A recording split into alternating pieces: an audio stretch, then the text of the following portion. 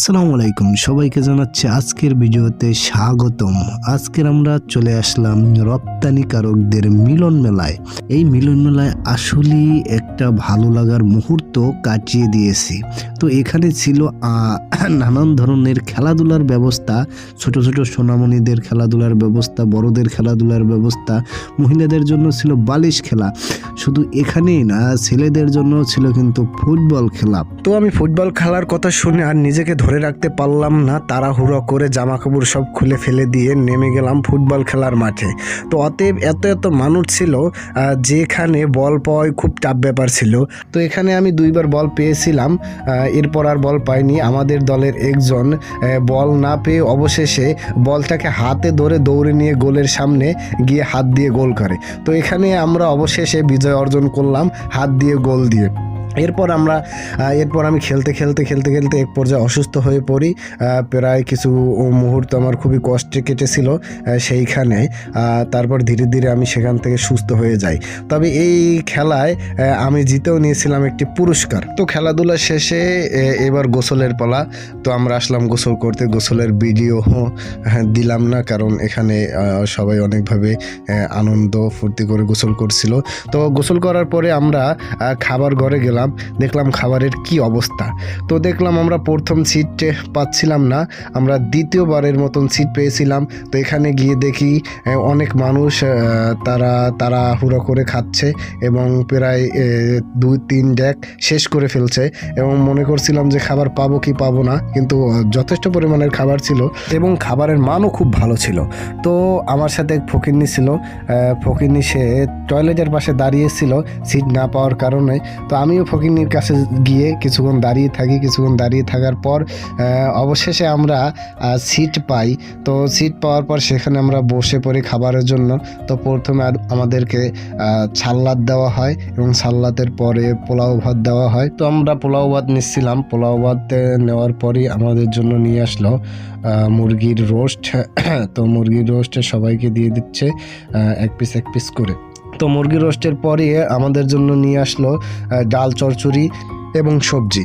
তো এক কথা এখানকার খাবারটা ছিল অসাধারণ, কারণ এই খাবারটা স্পেশাল বাবুর্চি দিয়ে রান্না করা হয়েছিল, কারণ বাবুর্চি ছিল পাকিস্তানি বাবুর্চি।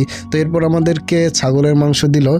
ছাগলের মাংস দেওয়ার পরে আমাদেরকে গরুর মাংস দিল, যে যতখানি খেতে পারে আর কি। কোনো না ছিল না খাবারে, যে যতটুকু পারে সে ততটুকুই খেয়েছে। তো খাওয়া দাওয়ার শেষে আমাদেরকে দিল জর্দা। তো জর্দাটাও খুব সুন্দর হয়েছিল। তো খাবার দাবার খুবই ভালো ছিল, কিন্তু যে রকমের আনন্দ করলাম, যে রকমের ভালো লাগছিল, তার চেয়ে কষ্টকর বিষয়টা হচ্ছিল গিয়ে প্রচুর পরিমাণের খাবার নষ্ট করছে। আসলে এই বিষয়টা খুবই খারাপ লাগছিল যে জায়গায় মানুষ খাবার পাচ্ছে না, সে জায়গায় আমরা কেন শুধু অপচয় করছি। তো খাবার দাবার শেষে দেখলাম বাইরে খুব পরিমাণের সিরিয়াল। তো আমিও ধীরে ধীরে ক্যামেরা নিয়ে সামনে গেলাম, কিসের সিরিয়াল। তো দেখছি যারা এখানের গেস্ট হিসাবে গেছে সবাইকে গিফট দিচ্ছে। তো আমরাও 2 জন ছিলাম। তো আমরাও তাড়াহুড়ো করে লাইনে দাঁড়িয়ে গেলাম, কারণ এত দূর থেকে আসলাম, গিফট নিয়ে যদি না যাই তারা একটু মাইন্ড করবে না, এর জন্য আমিও দাঁড়িয়ে গেলাম লাইনে। তো লাইনে দাঁড়ানোর পর আমাদেরকেও 2টা গিফট দিল। তো আমি গিফট নিয়ে আস্তে আস্তে চলে আসলাম। তো কি গিফট দিল একটু খুলে দেখাচ্ছি আপনাদেরকে। তো এখানে দেখলাম যে 6টা কাপ, 6টা পিরিচ। তো মোটমাট আমরা 2 জন 12টা কাপ, 12টা পিরিচ পেয়েছি। শুধু এখানেই শেষ ছিল না, এরপর আমি দক্ষিণ দিকে তাকিয়ে দেখলাম আবারও সিরিয়াল। তো সেখানে গেলাম, সেখানে গিয়ে দেখি যে গরম জিলাপি, যে যতটুকু পারবে সে ততটুকুই খাবে, তবে সিরিয়াল মেনটেন করে। তো আরেক দিকে দেখলাম আমি আরও সিরিয়াল। তো সেখানে গেলাম, সেখানে গিয়ে দেখলাম এখানে দিচ্ছে ফুচকা, যে যত পারবে সে ততই খাবে, সিরিয়াল মেনটেন করে, কোনো নিষেধ নাই। তো আমিও সেখান থেকে কিছু ফুচকা আমার সহকারীদের জন্য নিলাম, তো তাদেরকে দিলাম। তো এখানকার ফুচকাটাও খুব ভালো ছিল। তো আরেক দিকে আমি দেখলাম যে আবারও সিরিয়াল। তো সেখানে সিরিয়াল দেখে আমি ধীরে ধীরে আবারও সেই দিকে গেলাম।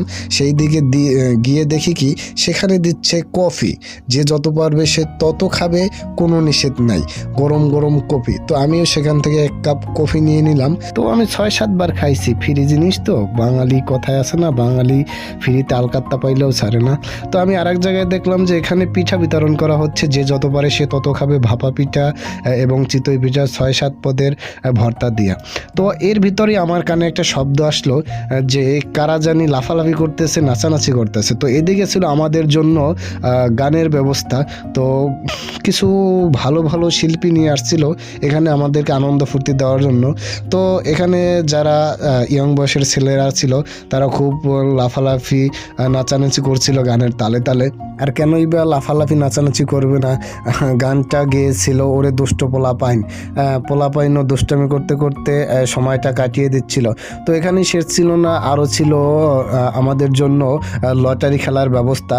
তো সেখান থেকে আমরাও কিছু লটারি ধরেছিলাম এবং আমার বন্ধু সিয়াম সেও কিছু লটারি ধরে এবং লটারি জমা দেওয়ার জন্য সামনে একটা বক্স ছিল, সেখানে সবাই লটারির কাগজটি জমা দিচ্ছিল।